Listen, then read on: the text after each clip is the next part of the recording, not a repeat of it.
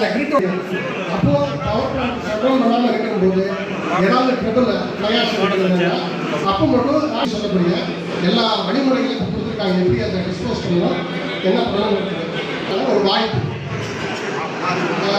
Nature மாசு, அதாவது noise.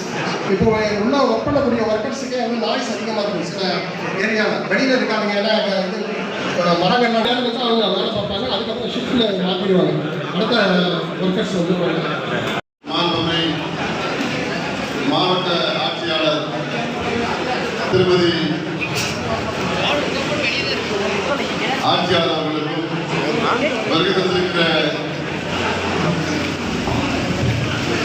மாசு கட்டுப்பாட்டு வாரிய அதிகாரிகளுக்கும் வருகை தந்திருக்கிற எங்களுடைய சட்டமன்ற உறுப்பினர்களுக்கும் மாவட்ட உறுப்பினர் பல்வேறு கிராமங்களிலிருந்து வருகை தந்திருக்கும் கிராம நிர்வாகிகள், அரசு அதிகாரிகள், காவல்துறை அதிகாரிகள், எங்கள் வடசென்னை குறிப்பாக எங்கள் எண்ணூர் பகுதியில் இருக்கிற இந்த மக்களின் மீது பேரன்பு கொண்டு தமிழ்நாடு முழுவதிலிருந்து வருகை தந்திருக்கிற சமூக ஆர்வலர்கள், சூழல் ஆர்வலர்கள் அத்தனை பேருக்கும் என் நன்றியை வணக்கத்தையும் இடத்திலே தெரிவித்துக் கொள்கிறேன். இந்த தெர்மல் பவர் ஸ்டேஷன் நிறுவனம் என்பது இங்கே பேசுகிறவர்களாம் சொன்னார்கள், நம்ம சப்ஜெக்டை விட்டுட்டு இந்த நிறுவனத்துடைய சாதக பாதகங்கள்லாம் சொல்ல தெரியாம ஏதோ குற்றம் சாட்ட வேண்டும், சமூக நீதி சமத்துவத்தை பற்றி பேசுறாங்க. சமூக நீதி என்கிறது ஒரு நாட்டில் இருக்கிறது என்று சொன்னால் அதற்கு வாய்ப்பு ஏற்படுத்தி கொடுத்த இயக்கம் திராவிட முன்னேற்ற கழக இயக்கம். அந்த திராவிட முன்னேற்ற கழக ஆட்சியில் சமூக நீதி காத்துக் கொண்டிருக்கிற காரணத்தினால்தான் இன்றைக்கு எல்லோரும் ஒரு கருத்து கேட்பு கூட்டமே நடந்து கொண்டிருக்கிறது. இல்லைன்னா அவங்க பாட்டு நேரத்தில் போயிருப்பாங்க. அதனால சமூக நீதியை பற்றி இந்த அரசுக்கு யாரும் பாடம் எடுக்க வேண்டிய தேவை இருக்காது. அந்த வகையில் இன்றைக்கு இந்த இடிபிஎஸ் நிறுவனம் இன்றைக்கு ஏதோ புதுசாக வந்த ஒரு நிறுவனத்தை போல எல்லாம் கருத்து தெரிவிச்சுட்டு இருக்கிறாங்க. இந்த இடிபிஎஸ் நிறுவனம் வந்து கிட்டத்தட்ட ஒரு 40-50 ஆண்டுகளுக்கு முன்னாடி வந்த ஒரு நிறுவனம்.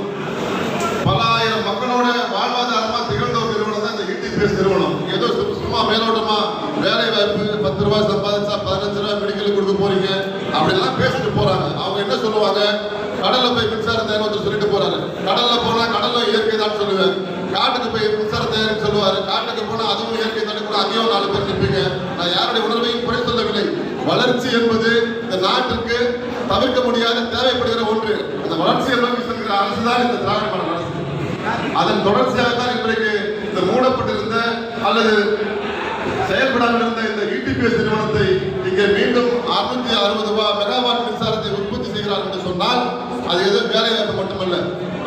660 மெகாவாட் மின்சாரம் என்பது ஒரு மிகப்பெரிய மின்சாரம் இல்லாமல் இன்றைக்கு எந்த வளர்ச்சியும் கிடையாது, மின்சாரம் இல்லாமல் எந்த முன்னேற்றமும் கிடையாது. அந்த வகையில் அடுத்து இந்த தலைமுறைக்கு இல்லை, ஏதோ மின்சாரம் வேலை வாய்ப்புலாம் கிடையாது. அடுத்த தலைமுறைக்கு செல்ல வேண்டும் என்று சொன்னால் மின்சாரம் இல்லைன்னா என்ன பண்ண முடியும்? 660 மெகாவாட் என்பது சாதாரண விஷயம் அல்ல. இங்கே வருகிறது இது வந்து அதையும் தாண்டி எங்க மக்களோட உணர்வுகளோட பிடித்த ஒரு நிறுவனம். இங்க நம்ம ஏன் நாங்க திருவள்ளூர் மக்கள் பேசணும்னா யாரும் பேசக்கூடாதுன்னு சொல்லல. வெளியிருந்து வந்தவங்க உணர்வுகளுக்கு மதிப்பளிக்க கூட மண்ணு தான் இந்த மண்ணு, அந்த அரசு தான் இந்த அரசு. திருவொட்டியூரும் எறணாவூர் இருக்கிற மக்களுக்கு முன்னுரிமை கொடுக்கணும் அதே கேட்டமே தவிர யாரும் பேசக்கூடாது, மறுக்கக்கூடாது. எல்லாரும் 100கணக்கான பேர் வெளியூர்ல தான் பேசிருக்கீங்க.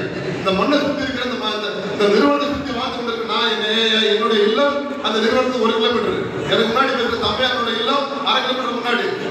நாங்க முன்னுரிமை கேட்கிறோம். அதனுடைய சாதக பாதங்கள் பாதிப்பு எல்லாமே எங்களுக்கு தான் சாரம். முன்னுரிமை கேட்கிறோமே தவிர 100க்கும் மேற்பட்ட வெளியூருக்கு வந்து பேசிட்டு போயிட்டாங்க.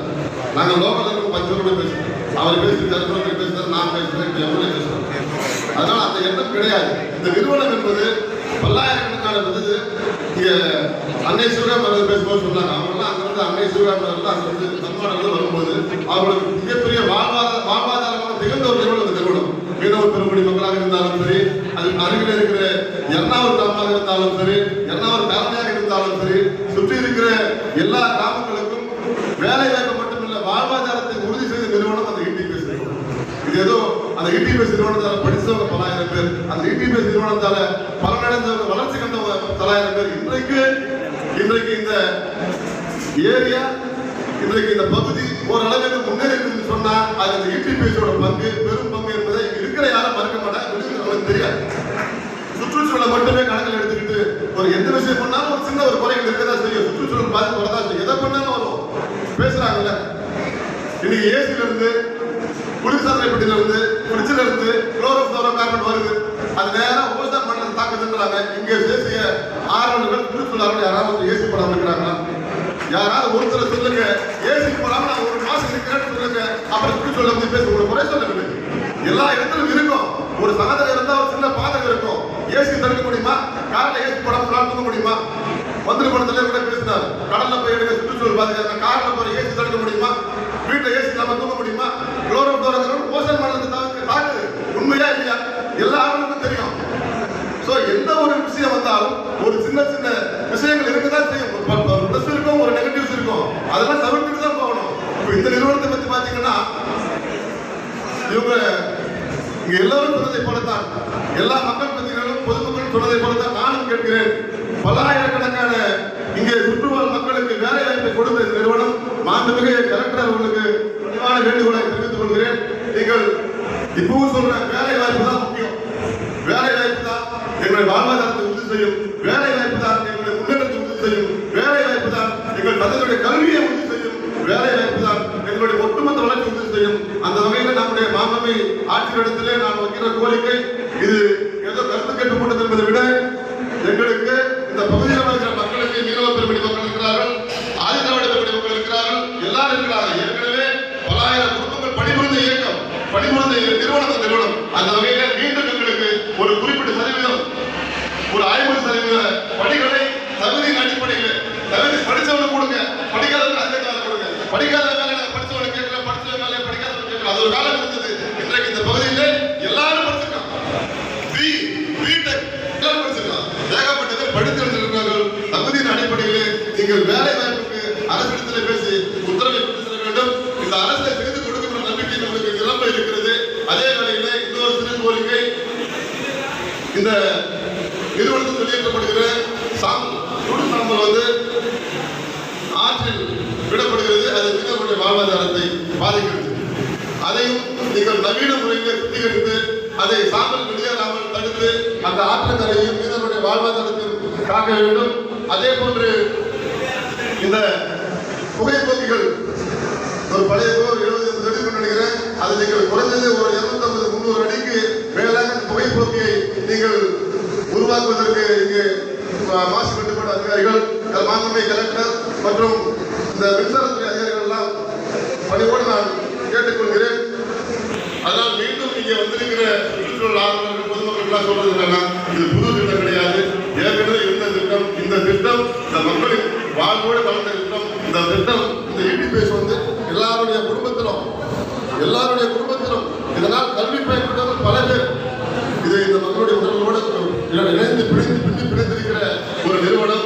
எல்லா வகையிலும் இந்த நிறுவனம் என்பது மக்களுக்கு பயனளிக்கக்கூடிய ஒரு நிறுவனம். அது மின்சாரம் பெருக்குவதாக இருந்தாலும் சரி, வேலை வாய்ப்பை பெருக்குவதாக இருந்தாலும் சரி, நேரடியாக ஒரு 5000 பேருக்கு வேலை கிடைக்கும் என்று சொல்கிறார்கள். மறைமுகமாக ஒப்பந்த தொழிலாளர்கள், கடையில டீ கடை போடுறவன், அங்க போடுறவன், அந்த மளிகை கடை போடுறவன், போக்குவரத்து, இப்படி கிட்டத்தட்ட 25,000-30,000 பேருக்கு வேலை வாய்ப்பு உருவாக்கக்கூடிய ஒரு நிறுவனம். அதனால் இந்த நிறுவனத்தை நாங்கள் வரவேற்கிறோம். அதே சமயம் பொதுமக்களுக்கு பாதிப்பு இல்லாத வகையில் இந்த சுற்றுச்சூழல் அதிகாரிகளுக்கு சொல்லிக் கொள்கிறேன். நீங்க சரியாக பார்க்கணும்னு நினைக்கிறேன்.